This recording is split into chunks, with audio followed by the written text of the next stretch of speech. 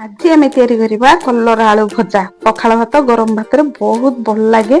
ये कलरा भजा आप लंबा लंबा काटी ने आलू को कलरा को तेल धीरे फुटण गोटे शुखिला लंका पकईकि पियाज पकई भल भाव भाजी ने कड़ईटा भावुथे मैंने कला होती नाई नाई मुझे जह्नी भाजी कलरा भजा भाजी तो कड़ईटा टे धोई नी सोरिष रसुण पियाज ताकू बाटीदेवे भल किना तापर कलरा को आलू को से जो पियाज जो पकई भाजी सारी पकई किसी समय भाजीदेवे देखु तापर ताकू ग्राइंडिंग कर मसलाटा को भल भाव भाजी ने कहीं तेलर धीरे कलराटा आलूटा टे भल कि भाजी गले संतुला भाया बढ़िया लगे। तापर मसला देदेवे आगुरी कौन चेका कलरा गोल गोल किना काटिले ताकू सिझेया पड़े आपको डायरेक्ट मसला देदेकि भल कि गोल ने अल्प टिके हल्का पानी देवे बेसी पानी देवेनि कहीं बेसी पानी देले कलराटा सिझी गले भल लगे टे क्रंची रहिले कलराटा खाइबा बढ़िया लगे। तादरे हल्दी गुंड लुण लंका गुंड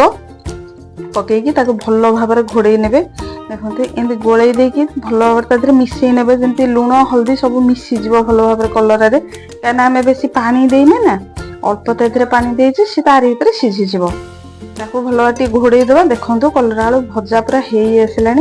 आगे पछरे भल तेल बुलेदेवे बेसी तेल बुलेबे जी आवश्यक से तेल बुलेबे कहीं मसला दिया भजा तो तेल टे न बुले तले लगिज आ तले भी जदि लगिज गैस को टे कमेदेवे ना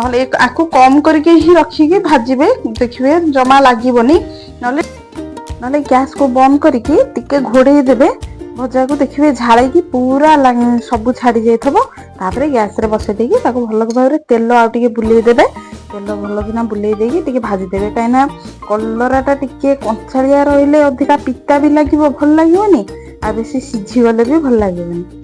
टे क्रंची रही आपन भजाटा खाइबा पूरा मस्त लगे बेसी भी मोटा करके काटबेनी एमती पूरा साइज रे काटिबे देखिए कलरा बहुत बढ़िया लगे। देखो आम कलरा भजा बहुत हो गला जल्दी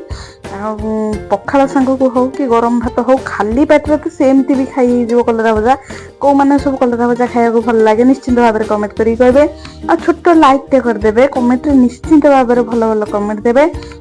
मो चैनल रे नुआ थे सब्सक्राइब करदे आ बेल आइकन प्रेस करदे एमती नुआ नुआ वीडियो आपण नोटिफिकेशन पड़े मु तो कलरा भजा टेस्ट कली बहुत बढ़िया लगिला आपण माने भी करिकी खातु एमती नुआ नुआ वीडियो देखिया पाई मो चैनल को सब्सक्राइब कर दियंतु। रहूची जय जगन्नाथ नमस्कार।